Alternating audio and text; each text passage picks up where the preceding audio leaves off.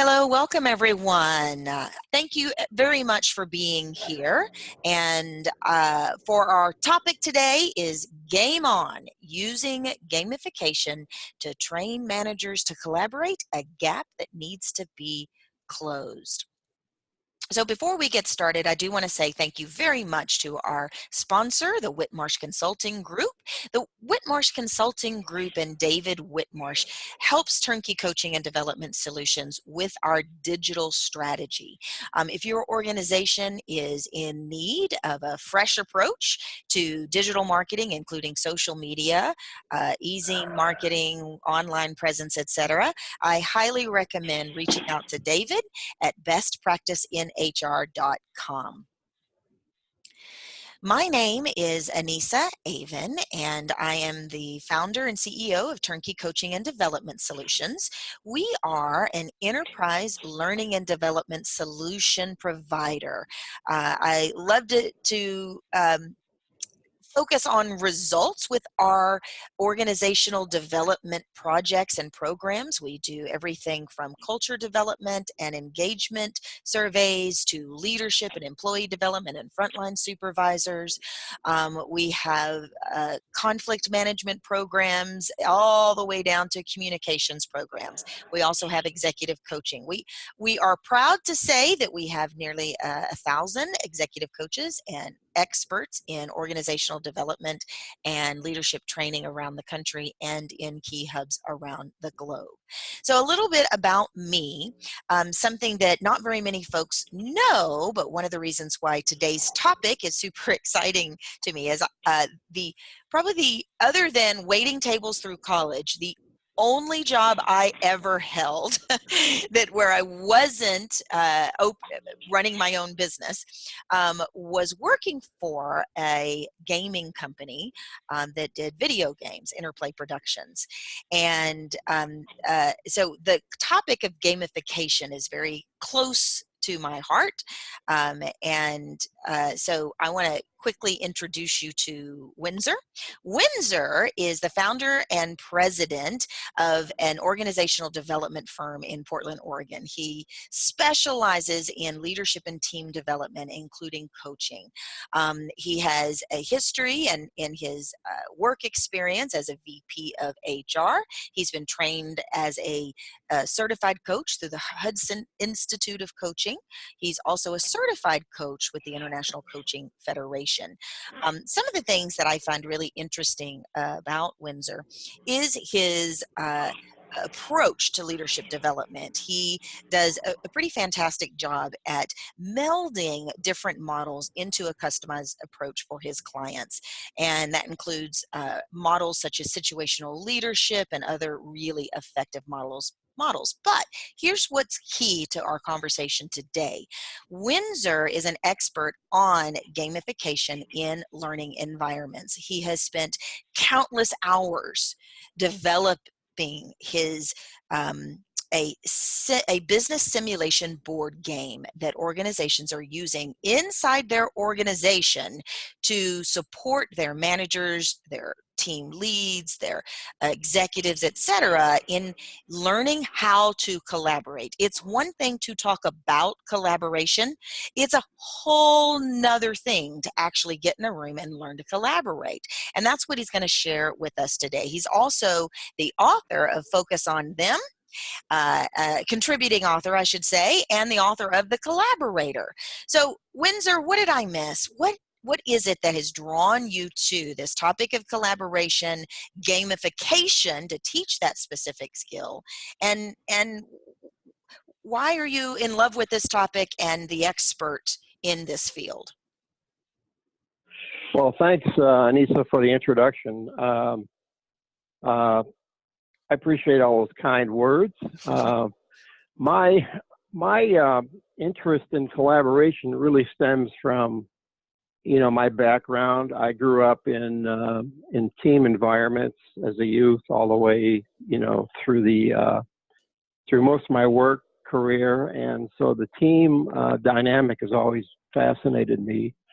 I've also been in many situations, especially when I was the VP of HR in my last assignment, where I was continuing to try to find opportunities to create win-win solutions for people inside the organization. That could be, leaders at the senior level. It could be leaders at the frontline level.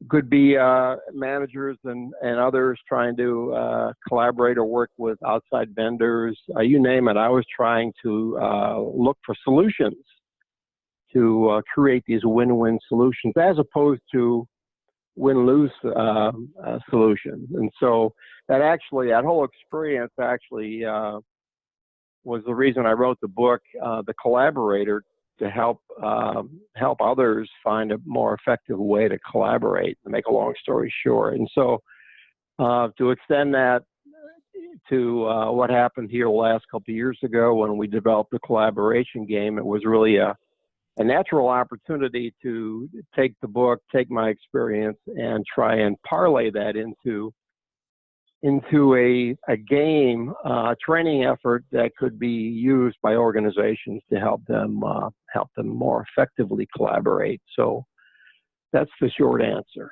Beautiful. And I know that you've put all of this knowledge together and have facilitated a variety of programs. We've just put a few on the screen.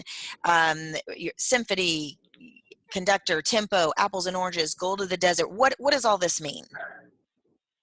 Well, these are all programs that I started using when I was, again, the VP HR for this manufacturing company here in Portland, Oregon.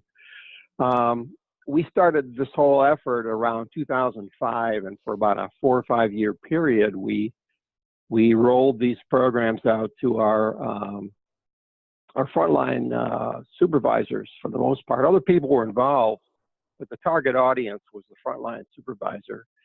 And again, this was in a manufacturing context. And I would have to say that based on that experience in '05, I fell in love with the whole methodology of using gamification to teach people how to manage, how to change behaviors, etc. I had been using a lot of traditional training programs leading up to that point in time, and I still use a few of those today in my consulting practice, but my love is in the area of gamification. Beautiful. And that's exactly the perfect segue for us to talk about what you're going to talk about today and what our folks are going to take away. Tell us what we're going to gain from spending time with you today.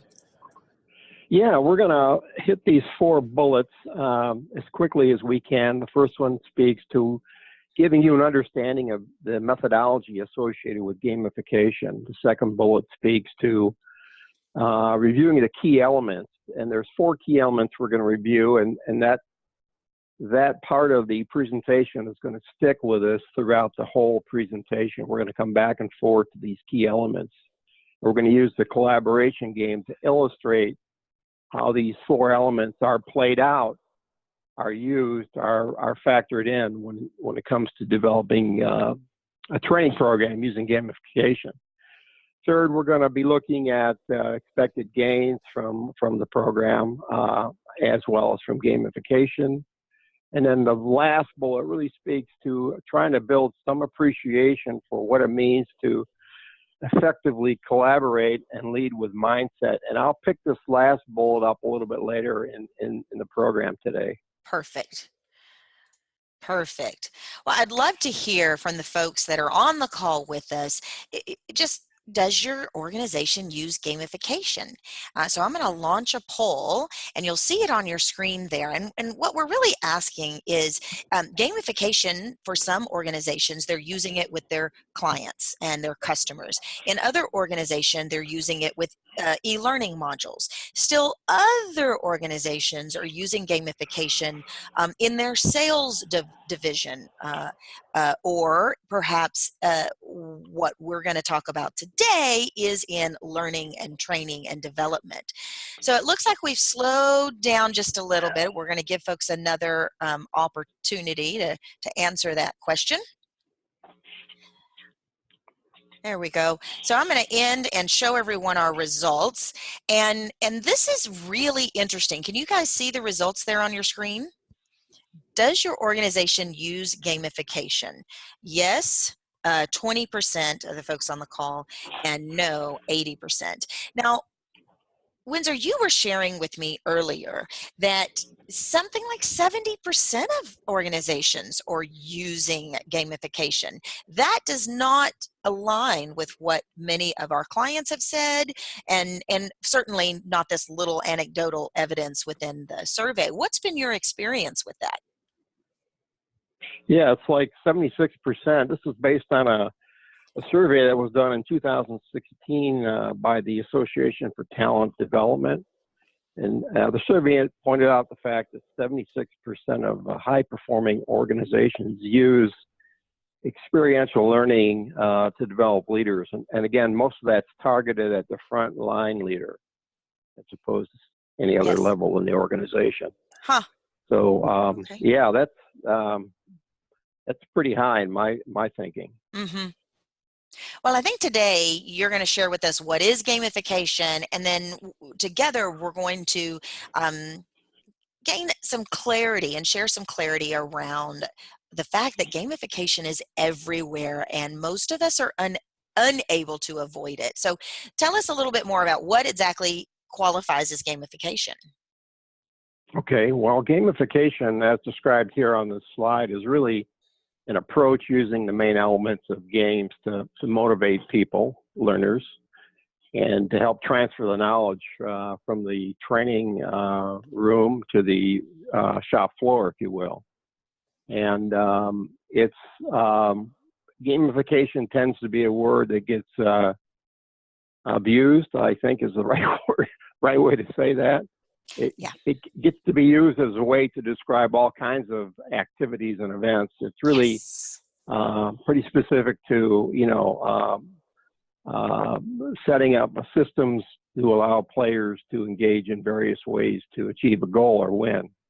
And these three pictures on this graphic, on this PowerPoint slide here, represent actual pictures that I pulled from my file from training programs we've used in the past. And we'll talk a little more about those as we move forward too in the presentation. Well, and I think you said something very aligned. Pamela, thank you for your note. She wrote experiential, yes, but not necessary gamification as I understand it. And I think that's the point of clarity here. When I was thinking about the fact that gamification it includes a variety of experiences. But just this morning, so these are my two dogs on the screen. That's Leo at the top, Ellie at the bottom. And just this morning, this is what I had on my phone. Nice work keeping the whistle active and charged for Ellie. Keep doing what you're doing. 30 days that I've charged my battery on my dog's collar. So the reason my dogs have a collar on that requires a battery is because Ellie is a little escape artist. She's part Australian Shepherd and Border Collie, and loves to say hello to all the neighbors and all the other animals in the neighborhood. So both of my animals have a GPS collar on them. And you can see over here on the left-hand side, that's their activity. Goal met. Nice work. 59 of 52 minutes that Leo has exercised today. And both of them went running with me this morning. Why Leo ended up running, 3 minutes more than Ellie, I'm not quite sure. But the reason I thought to share this in the scope of our conversation today is because this is an example of gamification. You would think that I wouldn't have that much of an incentive to get this little whistle. Oh, look, 30 days, you've won a badge, you've won an award. Here's your great job notification. But the truth is that every time I don't run, there is a part of me that feels like, I'm going to break my streak. My dogs really need to run. And I like looking on my phone to see that I'm being a great pet owner. Other examples of gamification are everywhere. If you're a runner or a cyclist, then you're probably very familiar with the variety of cycling and running apps out there. I use Runkeeper personally. But there is, I read something just the other day that in 2016 there was over 4.3, I think it was billion likes or attaboys through these running apps and through these cycling apps. And why does that matter?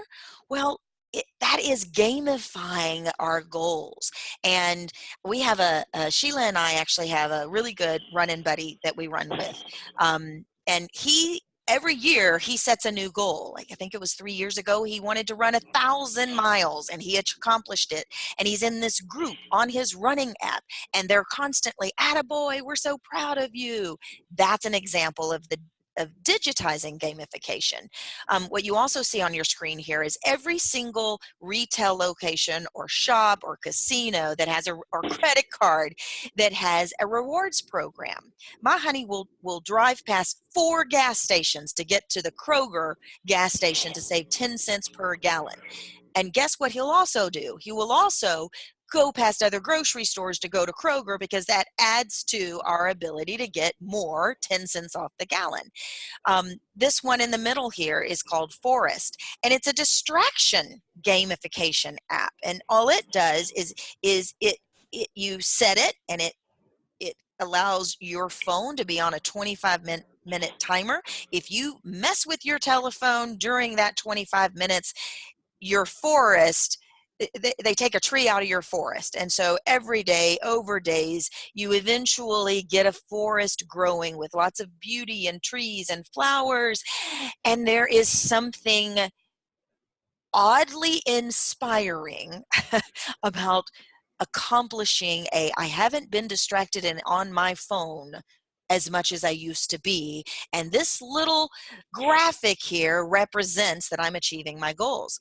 Now, before we move on, it also works really well with our kids, and this is gamifying something. So I don't know about you guys, but my teenagers are always on their phone. We can't eat, we can't sleep, we can't talk with them texting. And so I've discovered a really nifty way to prevent them from texting during dinner. So any of you guys have good tips for managing teenagers, please share it with the group because I'm all ears. But in our house, if you text during dinner, you're required to make dinner the next day. If we're out to dinner and you text during dinner, you get on your phone during dinner, you're in charge of purchasing dinner for the group. So needless to say, those are incentives, which also qualifies for gaming the parenting approach. So I wanted to include those things because in my mind, when I speak to clients about gamification in itself is so broad. We think in terms of badges and leaderboards sometimes, but we don't always think in terms of setting up scenarios that simulate or inspire certain behaviors or learning experiences. So one of the things that I'd like to take your pulse on is what kind of gamification experience have you experienced? So I'm going to launch another poll real quick. Let's see, there it is. And this is a multiple choice. So choose as many of these that make sense. Have you participated in business simulations? What about those Quizlets that you see? What about reward points? Have you ever waited until the end of the year and purchased as much as you could on your rewards credit card so that you can take a trip or so that you can do what I do, which is those are my Christmas gift cards. I cash in my reward points at the end of the year and I feel super generous. A little bit guilty because no one knows that it's all my reward points, but boy, am I generous with those gift cards. What about games during a workshop, like a learning experience? But here's something interesting. Are you aware that even kudos and likes and shares are part of a gamification methodology? Now, what did I miss? I'm sure that there's other gamifications models and approaches out there. So it looks like we've slowed down. I'm going to share with the results with everybody. So Windsor, this probably doesn't surprise you. What do you see that's interesting about the poll results? Well, it's good to see that 35% of the participants have been involved with business simulations, because that's really what we're talking about today when we talk about the collaboration game. So that's good news. Yep. Everything else is, I honestly don't know that much about most of these other options to say too much about that, but I know they're out there, but well, tell us a little bit about the story about gamification that you shared with me previously. yeah, again, it gets back to what I started in 2005 when we introduced our first program using gamification. And again, I fell in love with that whole methodology. And that was the reason I stuck with that methodology as we moved forward, and we selected additional programs to introduce to our people. And again, it was all around trying to give them the opportunity to get their hands on the material and play with the material and have conversations with each other in order to self-discover, what needed to be learned, right? I mean, that whole experience was powerful for me, because again, these were all blue-collar people that were frontline supervisors, right? Heavy manufacturing, not the most sophisticated people in the world, but they were not interested in listening to me lecture, right? Mm-hmm. And they didn't want to die a death of PowerPoint, that storyline. You've heard that before. So they just loved the whole experience, and I got them on their feet. They weren't used to sitting anyway, and so it really played out to be a real positive experience that I just parlayed for the next 4 or 5 years inside our organization. Well, and I know you're going to talk in a moment about the key elements of successful gamification, but I want to repeat something that Pamela shared on our Q&A. She wrote, reinforcement activities for some of our training include gamification. And I think that that's exactly the motivator for our clients. It is to there's no such thing as reading a book and then retaining everything that we learned, or sitting in a training and retaining all of the objectives of that training topic. However, when we add gamification, a reinforcement exercise, something that gets your hands in on the Jenga blocks, all of a sudden the learning and retention is significantly increased. So tell us about the elements of a successful gamification. Yeah, there's 4 elements, and if you hit the next slide, I think they're going to be listed there. Yeah, there we go. So these are key elements that make up gamification, right, as defined by many people in the industry. First is the story, and that's the context for why people should be interested in engaging in the training itself. That's a big part of the package when it comes to gamification. Obviously, you got to have parameters and rules, how you're going to play the game, etc. Feedback is huge. You've got to provide feedback for people to correct their decisions and change their behavior, if that's what you're asking those folks to do. And then last but not least, you're talking about rewards and achievement. That's built into the game itself, but I will tell you this, and I'll probably tell you this a couple of times. The rewards and the achievement do not serve as really the key motivators to get people to engage in the training itself. So those are the things that we're gonna try to stick to throughout the balance of this conversation this morning or today, and I'll illustrate via the collaboration game how they play out, how they look. Excellent. So what exactly have you addressed, or are you going to address what makes gamification effective? Yeah, that's coming up next here. We're talking about really engagement as being the key metric, if you will. Okay. Again, things like points, badges, leaderboards, et cetera, are important, but they don't really serve to motivate people to become engaged in the game itself. And that's all based on research, and I think that's also based on what I've seen personally through the experiences that I've shared with you this morning. Mm-hmm. A big part of the engagement is that last bullet there that speaks to the challenge, mystery, story, meaningful feedback, consequences, etc. These kinds of things are what drive engagement. And so please hang on to that, because that's critical to really describing, the kind of games that we're talking about here today. Next slide, please. There you Go ahead. No, go right ahead.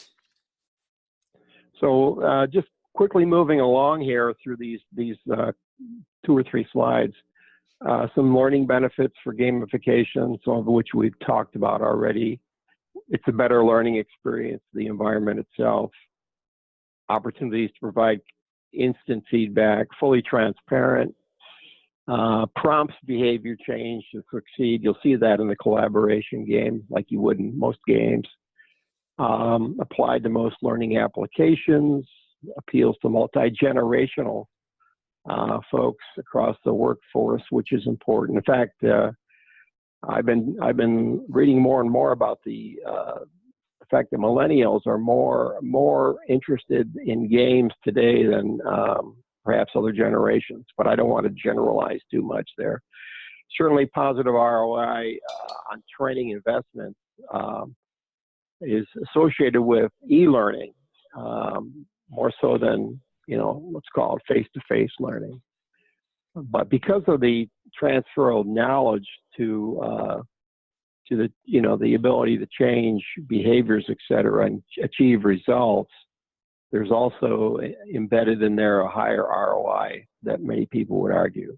Mm-hmm. Mm-hmm. Okay. So if we go back to the 4 elements, starting with the story, in our conversation today, we're going to talk about the story at 3 different levels. And this is the first level. I sort of want to call it the macro level or the big picture level. And again, this story is what you would use to attract people to invest their time in playing the game, whatever it might be. In this particular case, the collaboration game. The story here is around the fact that we're dealing with a pace of change that's it's not slowing down. It's not going away. Globalization continues unabated, and the premium on team collaboration is increasing, and it's all about collaboration for innovation, right? Yep. That's what we're talking about. Next, please.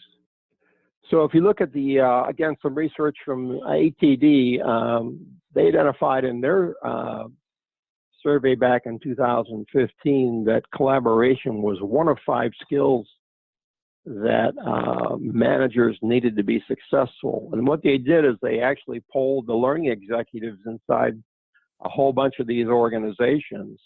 And the learning executives said, our managers need to be successful with collaboration, for example. At the same time, they also said that only 30% of their people, their managers, had the opportunity to develop collaboration skills. And when I shared this with Anissa a couple of weeks ago, I just kept saying to her, this statistic is staggering. It's hard to believe. It really is. So it reminds me something that I share with when we're doing strategic alignment retreats, specifically with CEOs. And it's from a gentleman by the name of Brent Sapp, who owns Navigator CEO. And he has said that team misalignment is the biggest obstacle to strategy execution. And the research that he's done indicated that they've documented that 92% of the time the leader or the CEO, leader of the division, et cetera, believes their teams agree and can clearly communicate their strategy, while less than 2% of the leadership teams can actually list the same priorities. And in my mind, that is what collaboration is all about. When an organization or a team is unable to collaborate, then they don't have the ability to ensure that the team is aligned and driving for the same results, yet let alone be able to innovate and solve problems in a strategic manner. Yeah, yeah, I agree. It's also, you know, it's a case of, you know, most people don't really know how to collaborate to produce what I call win-win That's outcomes right. and cultures that promote individual performance over team performance. That's right. All right. That's So right. it's kind of a catch-22, and we all know that you know, culture eats strategy for breakfast. That's a Peter Drucker quote. Yes. And so Exactly. it's a tough nut to crack, and that's why we're talking about the collaboration Exactly. gamification thing. Well, and I want to go back a little bit to the manners in which an organization can think in terms of how to gamify their goals. And even though, as you said earlier, that badges and points aren't necessarily a driver, I want you to explain a little bit about what's the driver underneath badges. Because, for example, looking on my run keeper and seeing that I've run 3 days in a row and I get a way to go badge, or in folks on the call, you may be using some type of performance management software program. And there's a really cutting edge one out there with a partner of ours called Engagedly.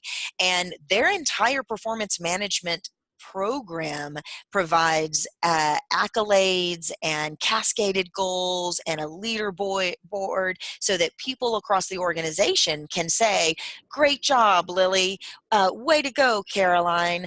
And then likewise, those same folks will get points that later can be used as rewards, such as take an extra day off or get a $100 gift card or whatever it is. It becomes a reward and point system. So those badges seem to work in that tech environment on the assumption that the organization has adopted the technology and that there's been a sufficient change management support to support people in using the portal. Tell me about what you were meaning earlier when you said that badges, for example, aren't and I may not be able to articulate what you said earlier, but what were you trying to to share Well, with us about yeah. badges? Mm-hmm. Well, the badge thing is, it's just, again, it's part of the, it's one of the 4 key elements when you come to looking at games, but it's not really the element that drives motivation around engagement. I think that's Okay. fair. And tell me a little bit about the difference, though. The motivation to get up and run, because I don't want a miss on my run keeper that says, "What? You lazy? You didn't run today?" That does inspire me. But are you saying, though, that the real motivation is because I really do want to run, and this is just one way of Yeah. gaming? What's your, Mm-hmm. you know, what, Anissa, you know, I could ask, what's your story? Right. Right. And the story would tell me, Yeah. your story would tell me more about your motivation for running than, you know, the badge. Well, and Or it gets back to, you know, if I'm talking about, you know, this from a coaching perspective, it gets back to perhaps purpose. And What's your that's purpose? okay. So now I'm tracking with you, which is exactly why the badges and leaderboards cannot just be what's in it for the company. It really does have to be about what represents something meaningful to the employee, and whether that's in a training experience or whether that's some kind of technology or social media a badge. It has to matter and be Or representative. even, yeah, or even in one's job, right? So we talk about engagement and the issues around engagement in organizations today. They're huge. There's statistics out there all over the place that say anywhere from 50 to 75% of people inside organizations are not engaged. Yeah, Why is that? yeah. It isn't because of the money I get, which is a badge perhaps, or because of the parking spot that I get to Hmm. use every day. That's another, right? Hmm. So there's got to be there's got to be a story around what's going to motivate that person. Well, we know exactly what you're saying is what, so the key element is how to use gamification, the keys to using gamification. And when we look though at the industry, there are so many examples now of organizations who are using gamification to train and encourage greater retention of the training with their employees. Just in a brief research that we did for our webinar today, Siemens has used something called Plantville to simulate plant management that allowed 23,000 of their engineers to become familiar with plant design. That, of course, is one of those business simulations. Or the IBM Corporation, their program was called City One, which allowed their players to experience challenges regarding what current cities are facing. I found this one really fun. The Spotify uses something similar to Engagedly to support performance management. So employees and supervisors are interacting with this social media, real-time feedback from your phone, from your desktop, from your email to provide feedback on goals, to say, attaboy, you're doing a great job. And it's a really fantastic way to simply do a better job at providing ongoing and real-time feedback. And then, of course, Microsoft uses it for performance feedback, offered workers a way to measure and improve their productivity as they assist customers. And I'm seeing more and more organizations do simulations for their call centers and their customer care departments. And that simulation is role playing, for example, is an example of gamification. Yeah. Okay. All right, let me, let's see, start. I would like to get your feedback. My team or company, let's see, collaborate. So how do you agree with this statement? My team or company has developed an effective culture of collaboration. We consistently engage in productive conflict. We willingly share experience and knowledge across the organization. We're pretty much collaborative rock stars. How much of this is true for you in your organization? And one of the reasons I wanted to take this poll, Windsor, is because in a moment you're going to share with us a small little experience of how a game can be played and to build collaboration in an organization. So I wanted to see where folks were with breaking down silos in their organization and ensuring that communication and knowledge sharing and wisdom and even effective, productive conflict was a part of their culture. So I'm going to share the results. Here we go. So it looks like one says, strongly agree, we are absolutely collaborative rock stars. I want to say congratulations. 19% of us agree. That's a fair statement. We do a pretty good job. The majority of folks are undecided. I wouldn't say we're rock stars. What do you mean by culture of collaboration, perhaps? And then 31% say, no, we're not rock stars.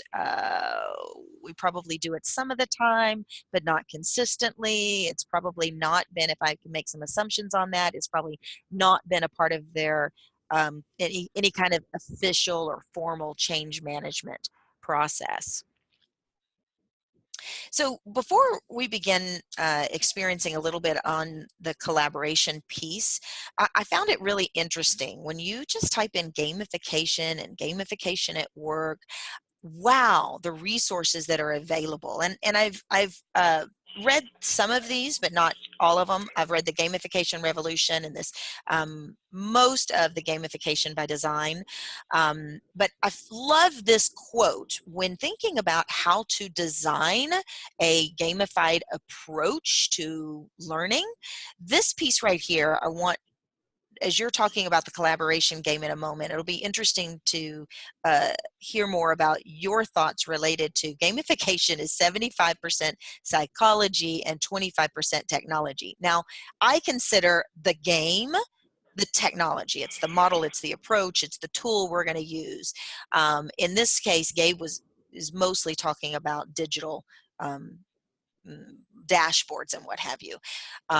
But when you were designing the collaboration game, and I'm going to skip that because we are closing in and I really want to get to this piece of this experience. When you were designing the collaboration game and you had to take all of your years of being a VP of HR, all of your experience with training and development, and figure out what's the right formula to make this game fun, because if it's gamified, it's got to be fun, but to also provide a learning experience that was going to stick. How did you go about that? Well, I partnered with a friend of mine who lives here in Portland, and he's actually somebody who's professional board game instructor, designer, whatever you want to call it. He's the guy that I use to help build the game. And so what I brought to the table here was the content, and he brought the process. And so the combination of the two enabled us to put together this game using all the elements that we talked about: the story, the roles, the parameters, the feedback, and the rewards and the achievement pieces. So this is I describe this as a leaderboard. I also describe it as a table map. As you can see from the picture on the left, it's a situation where people are playing off of this game board to basically learn how to collaborate. And there's a two-part equation here that we're trying to work into the game. One is to develop a collaboration mindset, and the other one is to develop the skill set associated with collaboration. So we've got that all embedded inside the game itself. So just quickly, the program was based on a book I wrote in 2007, The Collaborator. And again, my partner in this endeavor was Tim Reeves, who has been in the industry for 25 years, is well known as an expert in board game simulations. And so he brought a lot of the expertise to the table around the construction of the collaboration game. He's done a lot of work for many of the companies you've mentioned earlier. Anissa used to work for a company called BTS, and he also used to work for a company called the Regis Company out of Denver. And most of those people do a lot of customized board game simulation work. Some of it involves computers. Some of it is more like what you're going to see here with the collaboration game. Okay. So in our game itself, like other games that you might be familiar with, this is what we have embedded inside the game in terms of the methodology. So we work with small table teams. They're dynamically competitive.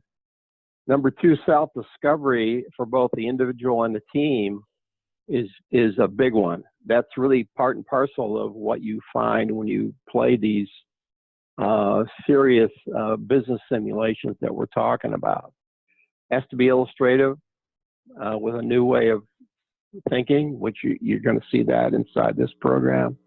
User-driven, again, that was a big part of why I fell in love with gamification. We also, you know, in our game, the collaboration game, we use assessments at the front end, and we have some video associated with the game as well. Number 5 is big. It's a large group dialogue debrief, and this would be the one thing that really distinguishes experiential learning or business simulations from gamification. If you've got this embedded inside the game itself, this debrief, this large group debrief, in order to really challenge people around the kind of decisions they made, et cetera, then it's really more of an experiential program than a pure gamification program. So that's big. And then outcome focus obviously is part of it, because at the end of the day, you're asking people to change behaviors on the job. Okay, and I want to say thank you to Jeff for pointing out we got a little typo there on our PowerPoint, which means no matter how many times I read through things, sometimes I just don't catch it all. But what you're sharing with us, so thank you, Jeff. But what you're sharing with us is that this game in particular uses these methodology. But what I want to point out to our friends on the call is that this is also a methodology for designing gamification modules or elements within any learning or training experience. Would you say that this is a good approach to keep handy when they are designing a module inside any training program? Absolutely, yeah.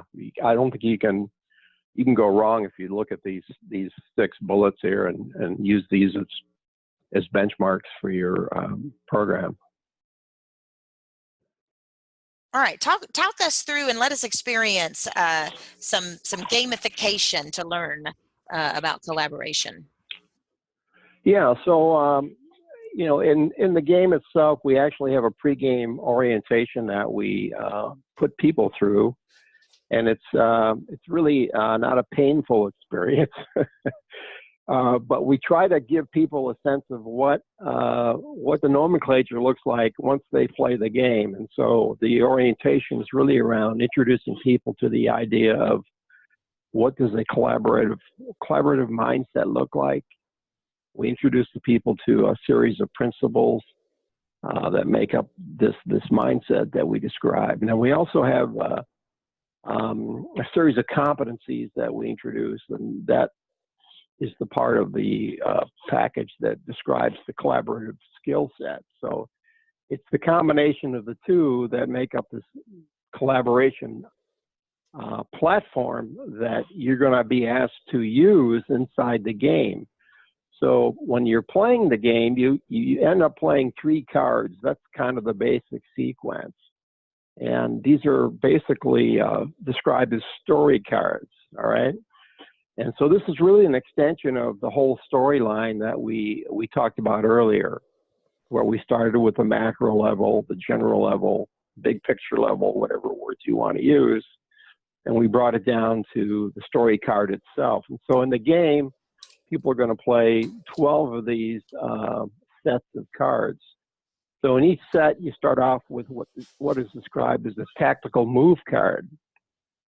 And so the team, if you were on a team, for the participants, just, you know, kind of imagine you're on a team. Your team's reading this tactical move card, and you've got to basically first understand and agree that you get it in terms of what it is we're talking about here as far as the challenge. And then you're next playing card number 2. If you can go to the next slide. Okay, card 2 is described as a player choice card. And so your team is asked to make a choice, A or B. And again, it's a case of trying to build a consensus inside your team around which choice is the best choice for your team. The situation calls for choice A or choice B, and again, the team is given the opportunity to make that choice, knowing that they're going to be dealing with this team energy metric, which is a key metric inside of teams, because obviously there's only a finite amount of energy that any team has. And so if you choose choice A, you're going to reduce team energy by 2 units. If you do choice B, it's going to be 1 by 1 unit. And that's again associated with the nature of the choice that you're making, which is described on the card itself. So in the case of player choice A, you're spending more team energy because you're spending more time trying to function as a team who collaborates, and as opposed to choice B, which is a choice that really is a more direct choice in terms of trying to respond to the customer, and the fact that the customer is always right, and you've got to move quickly, et cetera, which typically doesn't incorporate as much collaboration, as much energy as choice A. So that's the connection there. If we go to the third card, and by the way, as you play these cards on your team, you don't get to see, you play one card at a time, so you don't get to see what the consequences are until you've picked up the card and read it.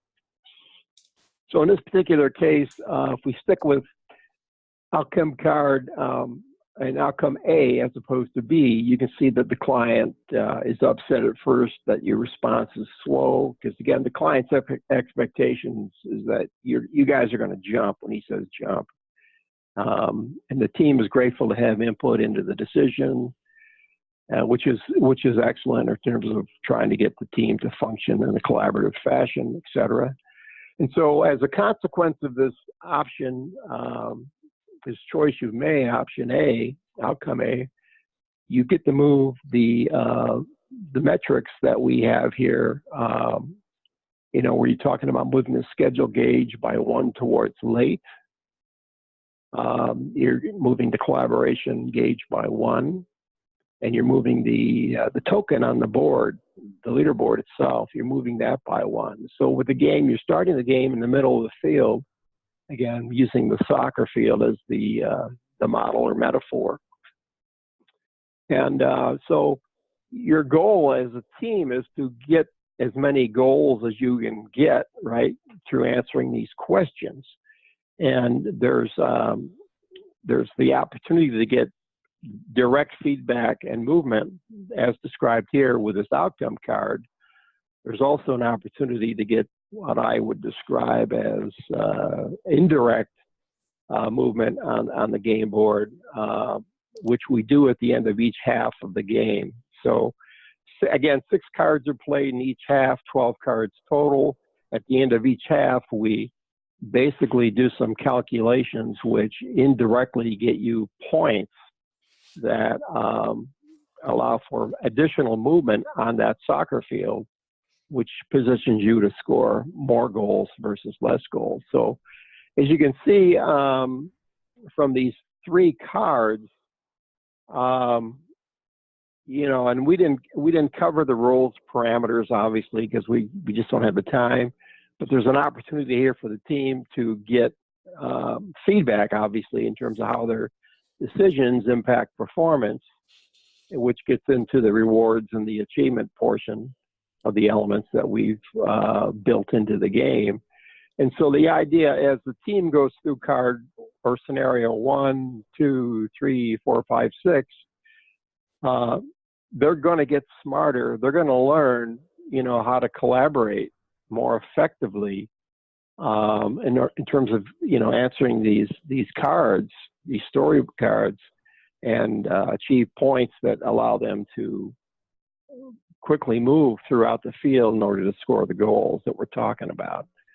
And so that's a quick way to to really describe the the game's elements that we shared with you today. I would also say that the story, we talk about the story as being this global, change thing that's going on, right? Collaboration drives innovation.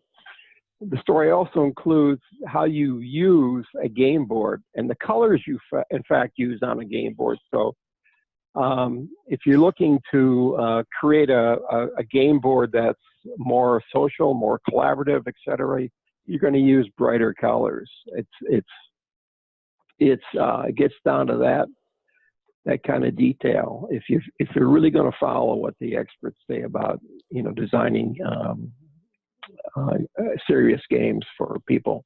Well, and I think that what I'm taking away from what you've shared with us is that taking the time to take training participants through simulations where there is critical thinking, discussion, dialogue, even conflict around what's the right choice, what are we going to do as a team, how do we make this choice, and then the competitiveness of teams playing against one another to complete the process. How does a team that's participating in something like this, how do you know that they are in fact taking away from this event learning experiences that will relate to their role? Well, that really happens. You sort of get some of that as you're facilitating the training. Number one. Number two, most of that's going to come from what you learn in the group debrief, because the debriefs are going to reveal a lot around what's going on inside the team. Is the team functioning effectively, et cetera, et cetera. So without that group debrief factor or piece of the package, there'd be an opportunity that would be lost around game's effectiveness to change behavior. Well, and I love this picture here. Win the Collaboration Cup. Look at these, the happiest team that took home the prize. That's pretty cool. Yeah, we don't do this for all games. I mean, if we have 20 people in the room, we're dealing with 4 or 5 table teams. We'll ask the group. We'll ask them if they want to compete for the cup, because some people don't want the competition or they don't want that element, and so it's really a voluntary step on their part if they want to play that game in terms of winning the cup. So it's just kind of a sidebar, if you will. Okay. Well, a couple of things. I know that we're running up to the end of today. Windsor, thank you. I did want to let folks know about your generous offer to everyone that was attended today. We'll put your name in a hat, and we're going to be giving away a couple of copies of Windsor's book that he contributed to called Focus on Them, Become the Manager Your People Need You to Be. I also want to let folks know that if you believe that a gamification approach or a training and development program based on how to cultivate a culture of collaboration would be beneficial, we would love to have the opportunity to learn more about your organization and your collaboration goals. And we are open and offering a 60-minute strategy session. Completely no obligation. I truly just love talking shop. So if we can talk about A, what's the challenge? B, let's define the gap. And 3, what's the right solution? Sometimes, of course, we have a solution that will map to the goals, and other times you'll walk away with a good strategy for implementing change and implementing a learning and development or employee change management program internally. So one thing I did want to share is something that Pamela on the call said. She wrote, several years ago, we started having some team department affiliate goals to spur collaboration. The conversations changed in the strategy for success meetings, and we saw cross-functional functional collaboration on how to achieve those mutual goals. Celebrating the collective wins and mourning together the collective missteps, losses, also motivated ongoing collaboration. So building a culture of collaboration is key, and training is just one of those components. So thank you for sharing that, Pamela. I think it's a testament to, first, it really is about identifying the goals, and then it's about having ongoing communications about how to collaborate, spurring collaboration as part of the effort. So thank you, Windsor. I appreciate your time today and sharing your expertise with us. Thank you. I had fun. I hope everybody enjoyed it and got something productive out of the session. Likewise. Thank you, everyone, for joining us today. If we may support you, or if you have feedback for us, we would welcome your input. We definitely want to hear from you. And yes, we'll be sending a copy. Sheila and Eileen will be able to provide that probably in a couple of days. So thank you again, everyone. Have a wonderful Thursday and great weekend.